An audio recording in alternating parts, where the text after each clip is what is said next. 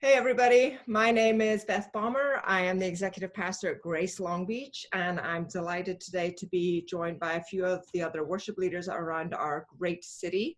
And we wanted to talk to you today about where we find ourselves in the worship leading process during this COVID crisis that we're in, and maybe give some tips and ideas of things that we've learned, things that we've stumbled into, ways that we are able to engage in this bizarre time and still leading our congregations in worship. So today I have with me Faith Dunsterville. She's a worship pastor at the Garden in Long Beach, and we have David Darjany. He's the worship pastor at Bethany Church, and we have Fernando Leal. He is at Revive Church in Long Beach. So we'll be with you and just giving you a little bit of info about what we know. So I think it's safe to say that this far in, how far are we in? Like 7 years, 5 months? I don't know, several weeks, 5 weeks, 10 weeks. I literally have no recollection of where we're at. But I think it's probably safe to say that we've all tumbled and stumbled through the last few weeks, and then we've landed in a place that might not necessarily be the same as whatever it was the very first week that we got thrown into this, right? We've all landed in different places, which I think is really interesting. So I want to hear from each of you where you've landed and kind of how you got there and what your norm looks like now. And I understand that the norms are changing all the time, but for right now, Faith, maybe you can kick off and tell us where the Garden has landed in your experience. Yeah. So my husband and I had kind of an interesting stumble into this. We were traveling back east to see my family, and as soon as we got there was like the day that the whole world kind of changed. So our vacation got cut short, and we got back here, but then we had to self-isolate for 14 days because of being on so many airplanes. So the first 2 weeks we weren't even able to like be a part of it. So my team had a different experience than Josh and I were able to for the first couple of weeks. And so what we've moved towards, the first 2 weeks were with a band. Everything was live streamed, all from one location. But now, just because of safety and different things, we're doing Sundays from different locations. And so we've actually moved towards pre-recording, because that's the easiest way to kind of do that and keep the quality at the level that we wanted it to be at while being able to film in separate places. It gets a little bit more complicated when you're live streaming from multiple locations. So yeah, and these last few weeks, it's been primarily two people leading together, and we're moving towards having smaller bands while also maintaining these really fun social distancing requirements for being together. So that's sort of where we've landed, and it'll continue to probably evolve and stuff as we get further into this. Right. Dave, what about Bethany? Where are you guys at? Yeah, so we've landed at live streaming from our church lobby with just a really minimal team, as minimal as possible. So typically it's just been me leading worship with a guitar, our pastor preaching, maybe one other person to do like a welcome and a benediction or something like that. And then a small tech team that's making it all happen. But yeah, we kind of went through a couple different iterations, but landed on just keeping it as small as possible but still to be able to do it together, and live just was kind of what we were feeling would be best for us. Yeah. And then Fernando, what's Revive doing right now? Well, we started off with pre-recording week to week. Being that we have multiple locations, to do a live stream at each location would be difficult given resources and things. So we decided to pre-record a service, and we went from, I think it was 6 different services at each different location to an online experience at 10 a.m. in English and 11:30 in Spanish, all online, pre-recorded. And at first we were doing like a week to week, and just going with the changes and everything that's going, but we've actually shifted in more in the worship experience and in the messages as building a catalog. So as for our worship recordings, we're more just recording songs to songs and building a catalog of songs so that if this does extend or we're no longer able to meet, we have a catalog of music that we can now throw into our worship experience. And I also know that our messages as of right now are recorded, you know, till the end of May. So we're trying to get ahead of the game just in case of any changes that are to come up with this pandemic. Right, that's really smart. So it is a lot of work, probably the bulk recording aspect, but then you have that catalog and then you can just kind of pull from it every week. Nice. What are some of the obstacles and challenges that you guys have run into? Obviously, there's such a different medium doing anything like into a camera. What are some of the biggest hurdles that you've come into? Fernando, maybe you can speak to that first. As a worship leader, we're very driven by people, driven by the congregation. And I think my biggest obstacle has been not being able to just feed off of the room and what the Holy Spirit is doing in the room. And so it's made it more clear and intentional that I need to be more connected and more connected to what God is wanting to say prior to me stepping in front of the camera. You know, not to say I wasn't doing that when we were meeting in person, but we have to be more intentional when we're leading in what we're speaking into our congregation. And so what I do before taping time and the time that I spend with God, I think helps me in now connecting with them over the camera, which has been my biggest obstacle. Right. Yeah. Faith, what about for you? Gosh, I think a couple things, like this is like less related to music, but kind of exactly what Fernando was saying. I just miss our church community. And like, I don't think that can be overlooked. And, you know, that's probably been the strangest thing in all of this is like, man, I just miss worshiping with people. But, you know, I think there's something beautiful in that too, that, you know, we have people that we love so much and care for that we would miss them that much. But yeah, I mean, practically, I guess, like recording and mixing the week to week, you know, getting everything compiled, because it's not just worship, it's also teaching and announcements, you know, it's all that stuff is just, I think we're just now finding a rhythm that's sustainable and healthy. And so that is, you know, part of why pre-recording has been great. You know, it gives you a little bit more time and, and we're thinking about recording, you know, a few things at a time as well. But I would just say, like leading to a camera is something that I feel like I'm just starting to get more and more free of, because the first few times you're like trying to fight, like, you know, I'm not looking at it, but I am, and I'm aware of it.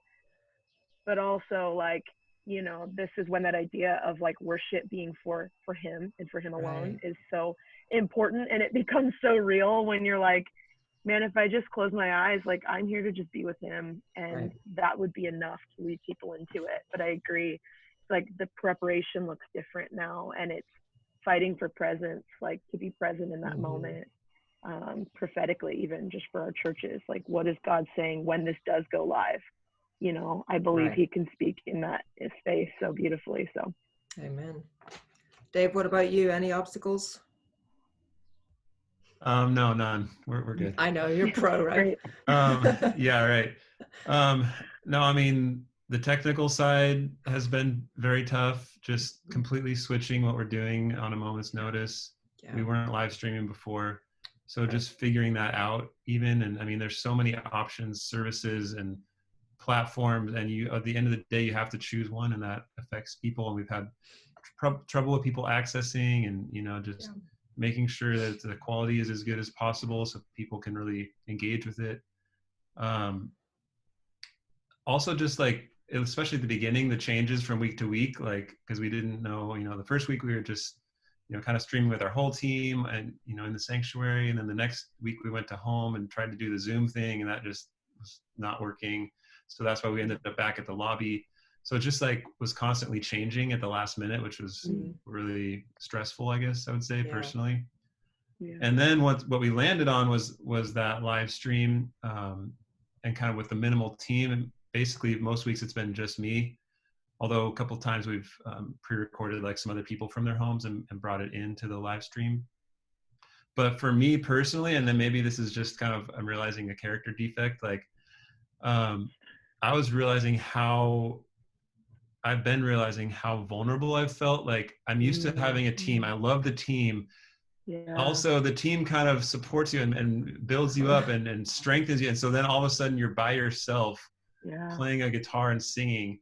You know, just that by itself feel very vulnerable and hard. And then, you know, broadcasting that online for the whole world to see, like put those together, like, okay, sure, why not? Like, it's been really hard, and the Lord really had to just humble me and say, hey, it's not about you, like let that go. And I've been wrestling with that and just being okay with that. As much as I want it to be, you know, perfect, and I want to look perfect whenever I'm out there, it's like two things have gone to just totally tear that down, and like, okay, just and yet then seeing the encouragement and what it's brought to the church has been so worthwhile. But it's made me realize, no, it's worthwhile. Yeah, that vulnerability component is huge. I was actually pre-recording worship yesterday for this coming Sunday. And I had the same thing. Like I thought I was a pretty decent piano player, but I was really fighting and aware of every mistake. Like the band normally covers this stuff, or the live experience with the, you know, hundreds of voices. And all of a sudden I'm so painfully aware of even my limitations as a musician. I had to stop and like try and play it with a click. And then I was even out of time with a click. Like it's so, and then those things take me out of the moment. And then I get frustrated that I'm not actually worshiping. I'm more paying attention to these things that it didn't used to be a thing. There's so much is being exposed in this time. It's kind of like a purifying and refining time as well. Because I think, Dave, your point about, I wouldn't say I'm becoming humble, but I'm certainly being humbled in all of this, right? It's exposing things in me that I didn't know needed to be exposed, which is at the end of this will be a good thing, but is definitely a very vulnerable part of it that I just hadn't anticipated, but it's probably a good thing. So Dave, you just touched on something that actually I would say is maybe one of the opportunities or like more one of the benefits of this time, is that people are then responding in encouraging ways. Like, has there been anything else out of this for any of you guys that has sort of surprised you as being like, I didn't think that would be a blessing or a benefit in this time? I have just like a couple of thoughts on that, because like, I mean, as inconvenient as this is in some ways, and how much it's just kind of flipped our routines upside down, I think there's also something great about things being shaken up. And like the positive side of that is like worship is coming back into our homes with our families, and that's becoming just such a core thing. And I think, you know, like in ways we're never going to take for granted the ability to gather together again and worship. And I think a lot about like, man, what are those first Sundays going to feel like when gathering sizes are back to normal? Like I cry, like that sustains me some days thinking about that, like that kind of heaven on earth moment that we're going to experience. And like, I just think there's that like Romans 12, but in the Message when he says like, take your everyday ordinary life, you're eating, you're sleeping, you're going to work and walking around life, and place it before God as an offering. Like that's our spiritual act of worship. And I think like our normal life now, because we're, you know, stuck inside, like that's becoming like a place of worship. So I think it's not just, I guess the point I'm making is like worship is becoming less of just like a Sunday thing, and it's becoming real to us in like a fresh way. And so even though it's weird and strange, I think like to Dave's point, like it's worth it, because you get these texts or these messages on Sundays and it's like oxygen for people. And that's really cool to get to do. So yeah, absolutely. Yeah, Fernando, you had any part of this being like a blessing or a benefit? I mean, just to hear like Faith was saying, with the texts that come through and the messages, it's been encouraging and uplifting. You know, for us as a team, we've been on this growth spur you know, with campuses. And at first when this started, we thought, oh, it's a break, it's a fresher breath there, like we can go to one service, we're pre-recording, not to know that how much we were going to miss the Sunday experience and miss what we do. But I really believe and feel that God is shaking up his church and his body to like go back to that first love and making it more tangible. Before, a lot of people connected God with going to the church, and it's not about that. He's brought it into our home, and it's now tangible for a lot of these people, and they're now able to identify, no, it's not going to a Sunday service. I can have service right here at home with my family. So he's really connecting his body back to just being with him and being in love with who he is and all he's doing. And so as difficult as this season has been, it's been also really big fresh breath air to know that God still exists. God is still doing this. Is not a surprise to God. This is all part of his perfect plan. And it's beautiful to know that God is still in control. Yeah. It reminds me of that, you know, Matt Redman's song, The Heart of Worship, like when the music fades and all is stripped away and I simply come. I think worship leaders have known how to relate to that in the past. I do think that's something that's becoming maybe more a common experience for the worshiper in their own living room by themselves or with their family or whatever it is, that it does become an act of simplicity where the truth of what we're singing, the nature of God that we're singing about, that those things haven't changed. And it doesn't matter whether it's on a big stage with lights or whether it's just, you know, the one guy struggling along with his guitar or whatever, that worship is still happening in those moments. It's really good. Can we move a little to sort of like some of the practical things and if you guys have advice, tips for people, like the camera aspect of all of this, the technical aspect of all of this, maybe we can, for anything that you've learned quickly in the last few weeks that maybe you could share with others. Dave, do you want to kick us off with that? Any practical advice for us? Sure. I guess if for those who are live streaming, just I can share what we've been doing and what we've learned. We have 3 cameras set up. 2 of them are with a joystick, and the person who's mixing the video can move them between the couple different people that are there or zoom out. Usually when I'm singing, our pastor's singing along too, and we'll actually mix that in. Just another kind of one of the reasons why we decided to just go keep it small and just me and pastor, and it's like we kind of wanted to meet people where they were at. So like we wanted that feel of, hey, we're in the lobby, it's just like the absolute minimum here, but we're just here singing. He's singing with me, like just like you guys are singing in your homes. Like, you know, it might not sound perfect, but we're here with you in this, in the nitty-gritty of it. Thankfully, we had already kind of had a setup like with a video mixer that could record, and thankfully we had purchased a streaming encoder a couple months ago. I guess they're kind of hard to come by right now. So we weren't live streaming, although we had the capability to do it. And then we kind of were, you know, looking into all the different options, and we decided, at least for this point, to just go with streaming onto Facebook, because we wanted everyone to be able to easily access it and be together, easily comment, easily share it. And there's a lot of pluses and minuses to that. I mean, the quality isn't as high. You can't necessarily get like a link ahead of time to share with people. That's one of the big challenges we found with Facebook, is we can't like just have, this is our live streaming page, and for someone who's not on Facebook or not techie, just to go to it, it's been hard, because you don't have to have a Facebook account, but they make it a little harder if you don't. And so we've tried to like send out a link as soon as it's started, but it has been hard for some people. Right. Whereas if you're using like, a higher end service, maybe you can have a dedicated page, or you can put it on your web page for people to just come and watch, and the link would always be the same. But so we're still working on figuring out what's the best way to get it out to everyone, because we're still having some people who are having a hard time getting it. But then, practically speaking, like some of the people have said before, it's like, it is a new medium in a sense of leading over camera.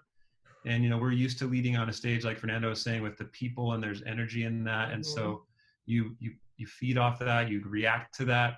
And you know, you kind of have to switch mindsets, I feel like, and I've been trying to learn this and research this. Just like as a worship leader, I would, you know, try to learn about my instrument, try to learn about the technology, you know, so we can, when we're together, it's the best that it can be for that scenario. Well, now I have to learn about cameras. I have to learn about live streaming. I have to learn about communicating to the camera. Like, you want to be looking at the camera, as hard as it is, as unnatural as it feels. That is how you're connecting with people on the other side. And it's like, again, it's putting yourself out there, but that is how you communicate over this medium, which is new. So just learning that and growing in that, you know, practical things like putting the iPad with the lyrics like right by the camera, you know, so that you're not going like this or looking down, you know, if you have to be using music, which I do.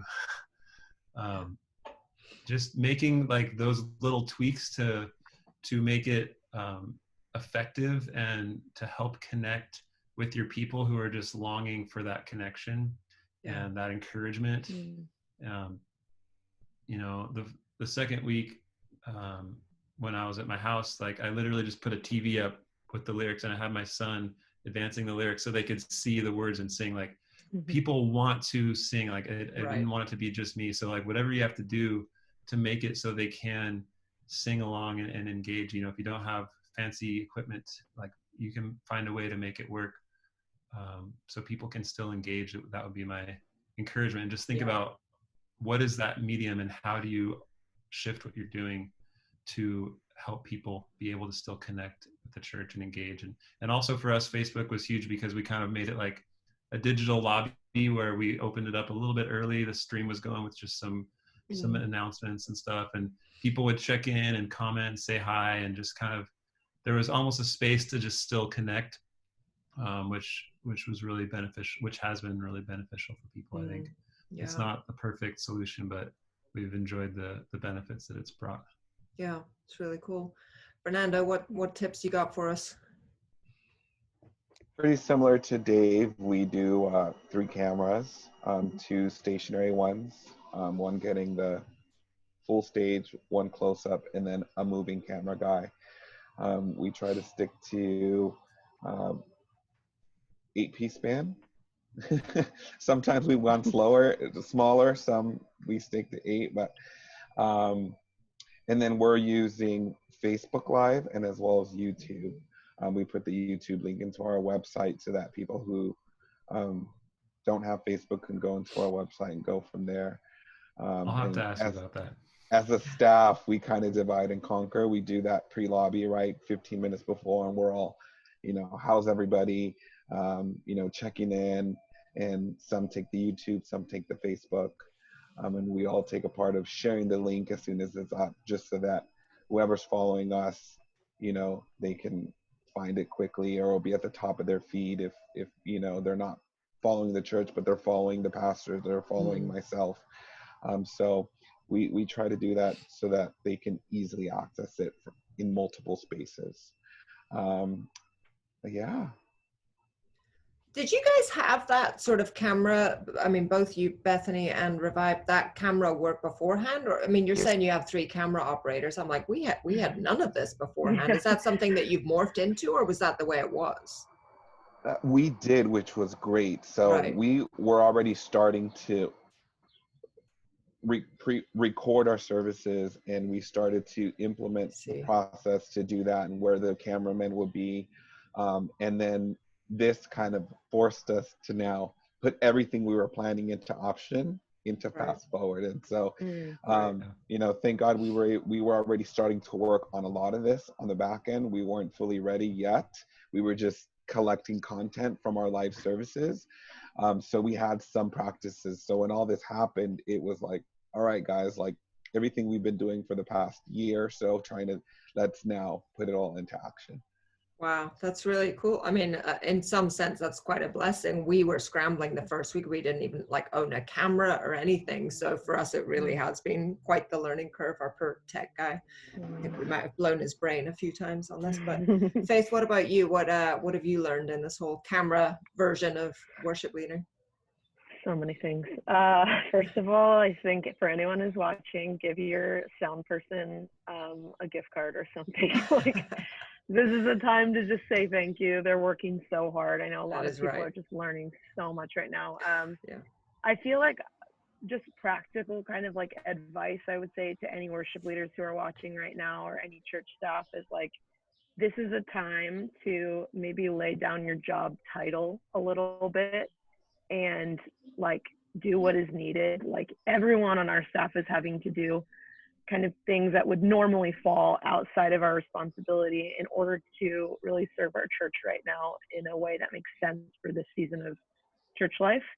And our pastor Darren has just been encouraging us, and I think this is great advice, is like, this is a time to be a learner, you know? So like exactly what Dave was saying, it's like, no, I don't know how to edit that, or like, I wouldn't normally have to fill in the blank, but having to learn a lot right now and adapt. And, you know, part of that, it's like, that is born out of like trying to love people well by these things that are somewhat inconvenient. So I just wanted to kind of say that. And I think it's also a moment to have a lot of grace on yourself.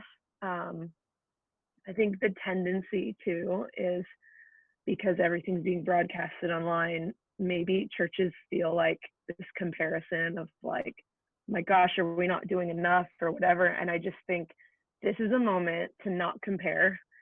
This is a moment to ask God, you know, like, what should we do? What would you do if you were me? That's like my prayer all the time right now. And then I think, don't compare, but ask for help. Like, we're the church, we're one body. So, you know, I had a call with someone yesterday, one of my friends who's a worship pastor up in Portland, and just getting on the phone for 30 minutes with him, I learned so much about how they're doing it, and like, just ask for help, you know? So that's part of that humility piece that I think all of us are having to learn right now. Is like, I don't have all the answers. And then I guess on the streaming side of things, we were kind of somewhere in the middle. We never had live streams before this all happened, but we did film the teaching on Sundays, and we've had video podcasts for the last 3 years. So we had a camera and we have a sense of how to use it, but moving from that to worship, which is a lot more mixing, you know, with a band or even with two people, like we've been doing it, that's just been a little bit more of a learning curve. And we're, you know, like, blessed are the flexible is like our mantra right now. So like, I would also be lying if I said it hasn't evolved a lot. Like, every week it's like, hey, is this still the best way to do it? This weekend we're moving towards Church Online, which is like a platform, and then you can push it to YouTube and Facebook and Instagram and everything from there. So this will be the first Sunday we're using that. So TBD, but we know a lot of churches that are using it, and it seemed to be working well. So that's kind of I think that's a right word. I think everything is changing, and each week we're like, well, we're gonna we'll start pre-recording that version instead, or we're gonna just drop that section of the service because it doesn't work in a video context. So I think that's another thing I've noticed is people are really having to, you're right, you know, job descriptions are morphing, and flexibility is now the new thing, and being able to fail. Like, this is the time to try and fail, as long as you're trying in the right direction, right? And we each know our own communities, and they're different, and they need different things, and they respond differently. So there's no one right answer to the ways to do this. And I think that's why it's helpful to have different churches doing different things and just sharing ideas and resources so that people can find their own way to what's best for their own communities. Faith, where have you landed on the eye contact with the camera versus, you know, closing your eyes and getting all caught up in worship? Because that's a really big one. I'm like, when I'm watching somebody lead worship and they're staring at me, is that normal? I don't know. Uncomfortable. But I also don't want them to be so gone that they're not aware of what's going on. Like, where have you landed on that? Such a hard question to answer. I think like, I'm trying to just get less self-conscious, I guess, and like just trying things out. I remember the first week I was like worshiping, but I was also looking at the camera, and I got some feedback from a few people. They were like, it was kind of weird. I felt like you were talking to God, but then you were looking at me, and I was like, okay, it's good feedback. So yeah, I don't know. I think my goal keeps being like, every time that I would just get less self-conscious. And so I don't tend to look directly at the camera anymore unless it's when I'm doing some kind of like a prayer or greeting or call to worship. And then Right. the rest of the time it's a little bit less intentional if I do happen to like stare into the screen or whatever. I'm trying so hard to fight for like just genuineness within myself. That's not a word, but you know what I mean? Yeah, I don't absolutely. know if that's an answer. Authenticity, and I think that's Authenticity, the right that's the real word. Yeah, sorry about that. Yeah, you're fine. Any other sort of tips or advice on that? Camera angles, is that what we're talking about? Hair and makeup for worship, Hair like and makeup. all these things we never had to think about before.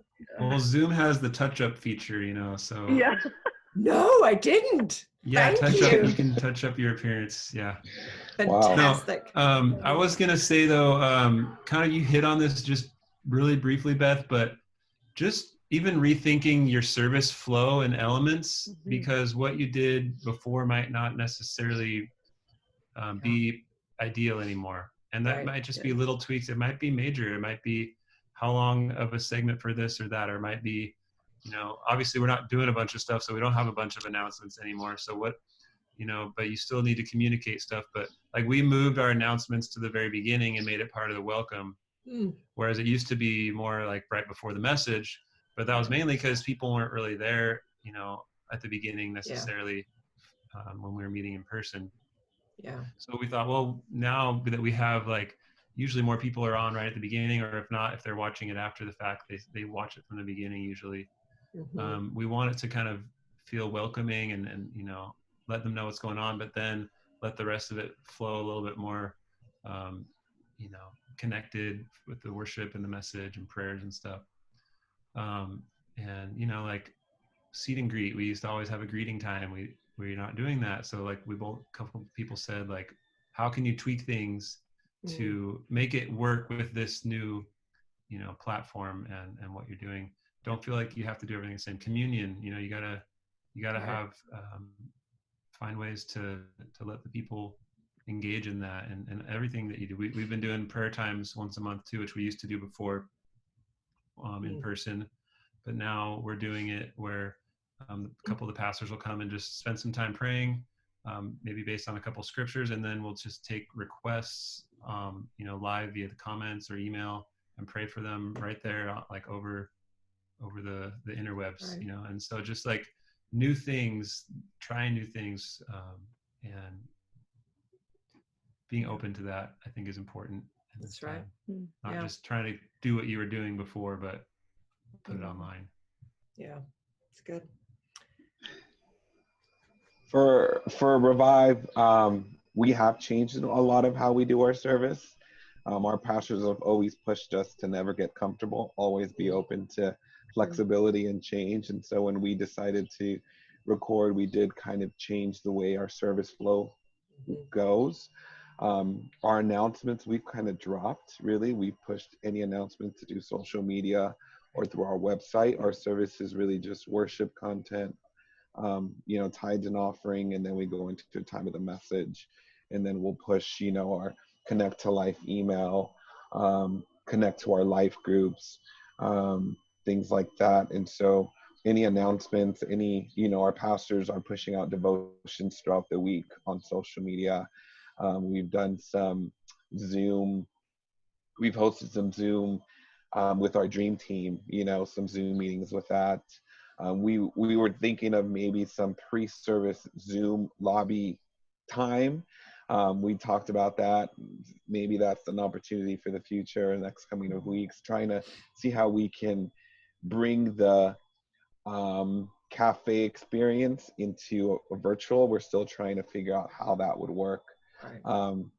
As for getting used to looking at the camera, I'm never probably going to get used to it, but our media team has really pushed us to just connect with the people, look at the camera. And so as awkward as it is to see Sunday after Sunday, I still have to try to push myself to continue to look at that camera.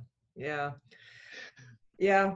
I think it just occurred to me as we were wrapping up here, I was like, oh man, I sincerely hope we're not still in this place in 6 months, but I would also be fascinated if we come back and have this conversation again in several months to see like which things have, because I just think everything's going to keep on changing, and I think that's part of the beauty of it all. So maybe I'll see you all again in 6 months from now. We're going to wrap it up. Dave, I know you had a psalm or something you wanted to share with us as we end our time. Will you read that for us, lead us in that? It's Psalm 84, 11 and 12. Just a blessing and an encouragement and a reminder. It says, "For the Lord God is a sun and shield. The Lord grants favor and honor. He does not withhold the good from those who live with integrity.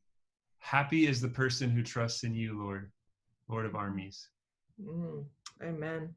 And I just want to thank you as a worshiper from my living room. You guys are doing really good work. It's hard work, but it's so necessary. I now on a weekly basis, 9:31, and I'm in tears because worship still is one of the few things. I'm not a very emotional person, but it's one of the few things that actually like unlocks my feelings and my emotions. And it's so needed in this time. I need places to lament. I need places to grieve. I need places to have hope. And I need those songs, those lyrics to carry me forward in hope for the future and reminders about who God is. And so thank you for the work that you're doing. Our communities need it. Our city needs it.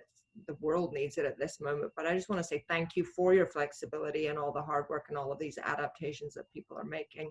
Keep up the good work, and I pray that God will continue to richly bless each of our communities, and that at the end of this we are stronger and we're even more united than we had been beforehand, strange as that might seem. So thank you, and thank you for the time that you've given to this video today. I'm really grateful to each of you.